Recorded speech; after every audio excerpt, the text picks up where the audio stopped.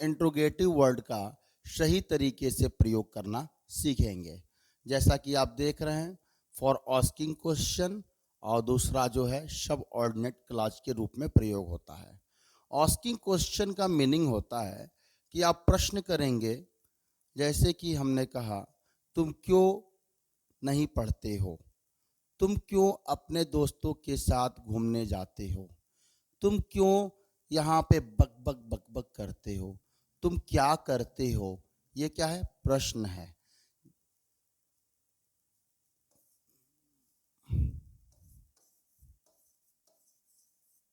Clause, clause में एक होता है मेन क्लॉज, और दूसरा जो होता है सब ऑर्डिनेट क्लॉज होता है। पहले हम इसको समझेंगे, फिर हम इंट्रोगेटिव वर्ड से दोबारा वापस आते हैं। मेन क्लॉज का मीनिंग होता है जब कोई भी बात की जाए जिसका अपना पूरा मीनिंग हो, सामने वाला व्यक्ति समझ रहा हो कि मुझसे क्या बोल रहे हैं, उसको हम बोलते हैं मेन क्लॉज। तुम अपने दोस्तों के साथ स्कूल जा रहे हो, रवि तुम यहाँ क्या कर रहे हो। रवि को मालूम है कि मैं क्या प्रश्न कर रहा हूँ। रवि तुम अभी तक यहीं पर हो। ये क्या है? मेन क्लॉज है, पूरा कंप्लीट मीनिंग है, किसी के ऊपर डिपेंड नहीं है। लेकिन सब ऑर्डिनेट क्लॉज जो होता है वो डिपेंड रहता है, या डिपेंडेंट क्लॉज भी कह सकते हैं। जैसे कि जब से मैंने तुमको देखा, चुप हो गया मैं। अब इसके आगे क्या बोलना चाह रहा हूं, आप सस्पेंस में हो। जब तुम मुझसे मिलते हो, सस्पेंस में है, आगे मैं कुछ भी बोल सकता। जब तुम मुझसे मिलते हो, मेरे दिमाग में बहुत सारा प्रश्न आता है। जब तुम काम करते हो, जब तुम पढ़ते हो, जब तुम लिखते हो, इसके आगे भी कुछ और बोलेंगे तब जाके वाक्य पूरा होगा। तो इसे बोलते हैं सब ऑर्डिनेट क्लॉज। तो दोनों को हम समझ लिए। अब देखिए हमको पढ़ना क्या है, सिर्फ और सिर्फ सब ऑर्डिनेट क्लॉज का प्रयोग करना सीखना है। वो भी किसके अकॉर्डिंग सीखना है? हमें इंट्रोगेटिव वर्ड्स के अकॉर्डिंग सीखना है। चलिए बिना लेट किए हम लोग देखते हैं। जब तुम मुस्कुराते हो, देखिए ये इनकम्प्लीट बात है। जब तुम मुस्कुराते हो ये पूरी बात नहीं है। तो हमको पूरा बात कब लगेगा, कब होगा? तो अच्छे लगते हो। तो ये वाक्य क्या हो गया? पूरा हो गया। ये जब तक अच्छे लगते हो ये ना जोड़ा जाए, ये वाक्य कैसा रहेगा? अधूरा रहेगा। तो यहाँ पे क्या बनेगा? सब्जेक्ट क्या है हमारा? तुम है, तो यू लगेगा यहाँ पे। यू अच्छे लगते हो, यू लुक गुड। लुक क्यों लगाएं? देखिए लगने का तीन वर्ड्स होता है। एक फिल, फिल का मतलब जब एहसास करते हैं, जैसे कि ठंडा लगता है, आई फील कोल्ड, ये महसूस होने वाला चीज है, तो यहाँ पे फिल लगेगा। जब आंख से कोई चीज अच्छा लगता है, you look smart, you look handsome, you look beautiful, ये क्या है? आपको आंख से लगता है। और जब दिमाग से लगता है तो थिंक हो जाता है, आई थिंक, मुझे लगता है। तो यहाँ तीन वर्ड है। तो तीन वर्ड कौन कौन सा है? एक तो आप लुक करोगे जब आंख से देखने से कोई भी वस्तु अच्छा लगता है या व्यक्ति अच्छा लगता है, लुक हो जाएगा। और दूसरा जो है आपका फील, जब कोई चीज आपके अंदर से एहसास होता है, महसूस करते हैं, तो फील हो जाएगा लगने के लिए। और जस्ट इसके बाद आपका जो आता है तीसरा वर्ड थिंक। थिंक का प्रयोग कब करते हैं? जब दिमाग से अच्छा या बुरा लगता है। तो यहाँ पे देखिए वाक्य जब हम ट्रांसलेट कर रहे हैं, अच्छे लगते हो, जब तुम मुस्कुराते हो, तो यहाँ हमारा फीलिंग नहीं है, आंख से देख रहे हैं, आहा क्या सुंदर है। तो ये देखना, इसलिए यहाँ पे हमने लगाया यू लुक गुड, जब तुम मुस्कुराते हो, व्हेन यू स्माइल, या व्हेन यू पास स्माइल, जब तुम स्माइल पास करते हो। तो यहाँ पे हो गया you look good when you smile, ये कंप्लीट वाक्य हो गया। तब तक ये वाक्य कंप्लीट नहीं होता जब तक कि हम इस बात को नहीं बोलते हैं तो अच्छे लगते हो। इसका मतलब हो गया कि सब ऑर्डिनेट क्लॉज को एक और सेंटेंस की आवश्यकता पड़ती है।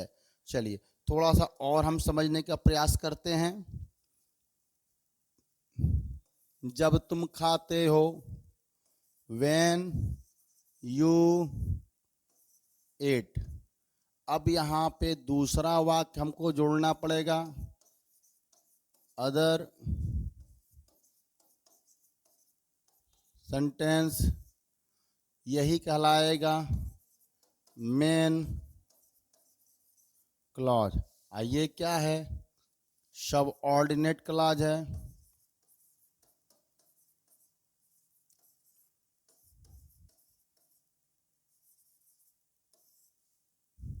तो आपका हमारे ख्याल से कॉन्सेप्ट क्लियर हो गया होगा। लेकिन अब आप ये क्वेश्चन हमसे कर सकते हो, सर ये तो वेन का प्रयोग क्वेश्चन करने में करते हैं, प्रश्न करने में। जैसे कि हमने कहा व्हेन डू यू स्टडी, आप पढ़ाई कब करते हो, ये तो प्रश्न हो गया। तो देखो हमने इसके पहले की वीडियो में बता चुके हैं, व्हेन से जब भी बात कर रहे हो तो किसके अबाउट कर रहे हो? टाइम के अबाउट। हिंदी में दो इसका मीनिंग होता है, एक कब और एक होता है जब। तो कब और जब में क्या अंतर है? तो इंग्लिश में अगर आपने व्हेन के जस्ट बाद हेल्पिंग वर्ब लगा दिया और फिर आपने सब्जेक्ट लगाया और फिर आप यहाँ वर्ब फिर ऑब्जेक्ट लगा रहे हैं, तो ये इंट्रोगेटिव वर्ड्स हो गया, इंट्रोगेटिव सेंटेंस हो गया। अगर इसी को अगर आपने ऐसे बना दिया, व्हेन लगा दिया, फिर आपने सब्जेक्ट लगाया, फिर आप हेल्पिंग वर्ब लगा रहे हैं और फिर आप वर्ब लगा रहे हैं, फिर आप ऑब्जेक्ट लगा रहे हैं और फिर दूसरा वाक्य जो है अदर सेंटेंस लिख रहे हैं, तो ये हो गया आपका सब ऑर्डिनेट क्लॉज हो गया। आइए क्या हो गया? इंट्रोगेटिव। तो यहाँ पे देखिए व्हेन के जस्ट बाद हेल्पिंग वर्ब क्या लगा है? Do. When a subject verb. तो व्हेन डू यू स्टडी, तो इसका मीनिंग हो गया तुम कब पढ़ते हो। और जस्ट हम ऐसे लिख देते हैं व्हेन यू स्टडी, जब तुम पढ़ते हो, जब तुम पढ़ते हो। तो हमने यहाँ पे थोड़ा सा और पूरा वाक्य करना होगा। You look very good, you look, very के लिए जगह नहीं है तो सीधे हम लिए you look good when you study, आप अच्छे दिखते हो जब पढ़ते हो। तो यहाँ पे व्हेन का मीनिंग क्या हो? जब। क्यों जब हो गया? क्योंकि व्हेन के जस्ट बाद क्या आ गया? सब्जेक्ट आ गया। तो इसका मीनिंग केवल व्हेन की कंडीशन में ये नहीं है, यहां पे हम all to all interrogative word लगा दिए हैं।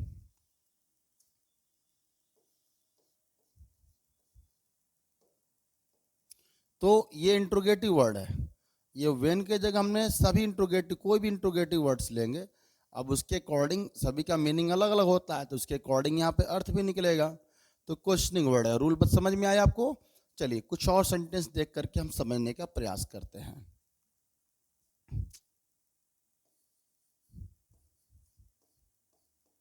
जहां तुम रहते हो वहां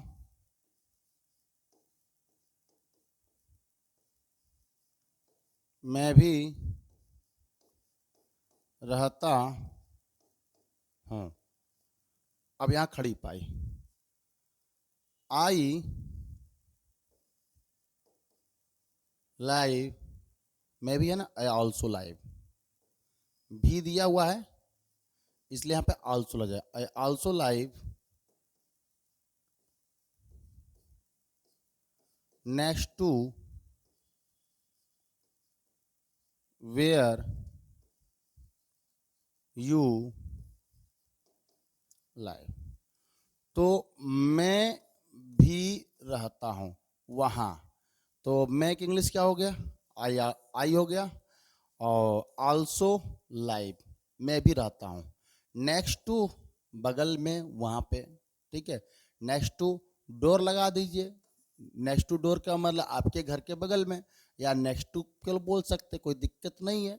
अगर घर लगा देना है तो घर लगा दीजिए, जिसको लिखना हुआ लिख दीजिए, ठीक है। I also live next to where you live, जहां आप रहते हो। और भी सेंटेंस ले लीजिए।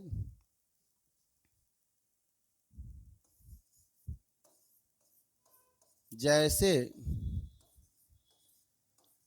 तुम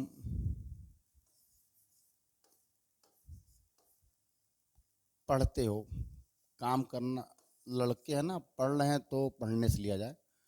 जैसे तुम पढ़ते हो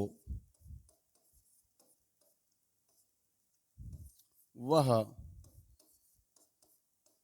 सही तरीका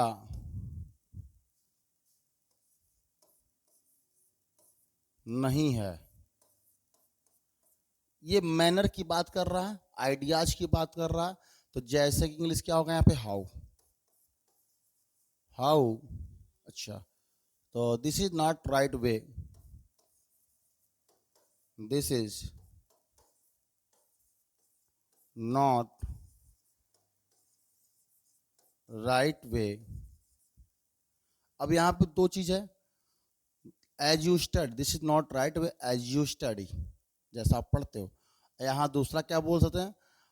how you study, how you study. This is not right way how you study, जैसा आप पढ़ते हो वो सही तरीका नहीं है। ऐसे बहुत सारे वाक्य आप बना सकते हो। You can translate according to the interrogative words. तो कुछ चीजें हम लोग और वाक्य देख लेते हैं।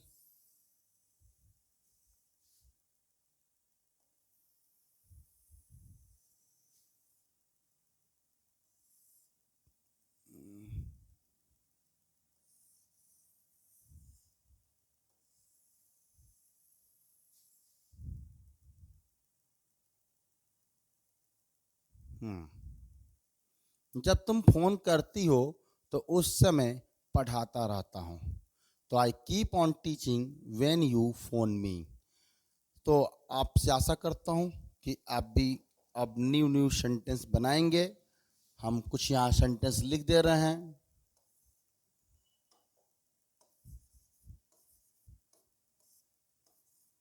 जब तुम देखती हो मुझे अच्छा लगता है। सेंटेंस बना करके कमेंट बॉक्स में लिख दीजिएगा। देखें आप लोग को कितना समझ में आया है।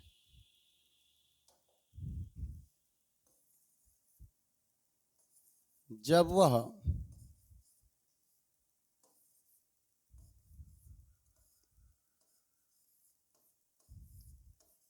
डांटता है मुझे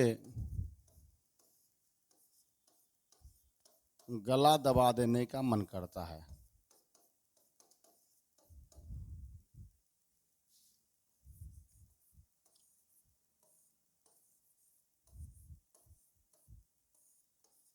ये सिर्फ आप लोग को जज किया जाए कि आप लोग कितना कर ले रहे हैं। अब देखिए, गला दबा देना या गुस्से में कोई व्यक्ति होता है तो ऐसा सोच लेते, नहीं ऐसा करना नहीं है। तो गला सफोकेट होता है, ठीक है। स्ट्रैंगुलेट होता है, इसका मीनिंग होता है। आप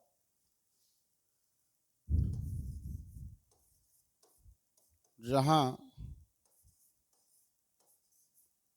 तुम जाती हो, मैं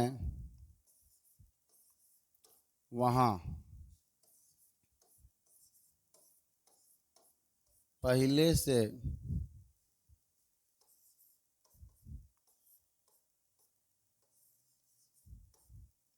जा चुका हूं।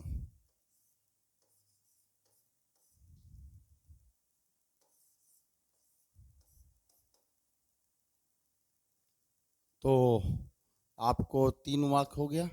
चौथा एक और वाक्य ले लीजिए। रवि जब तुमको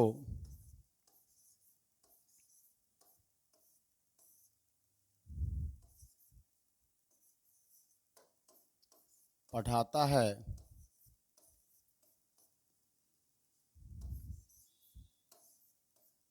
मैं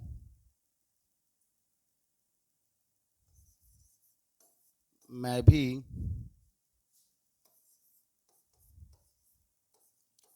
सुनता सुनता हूं।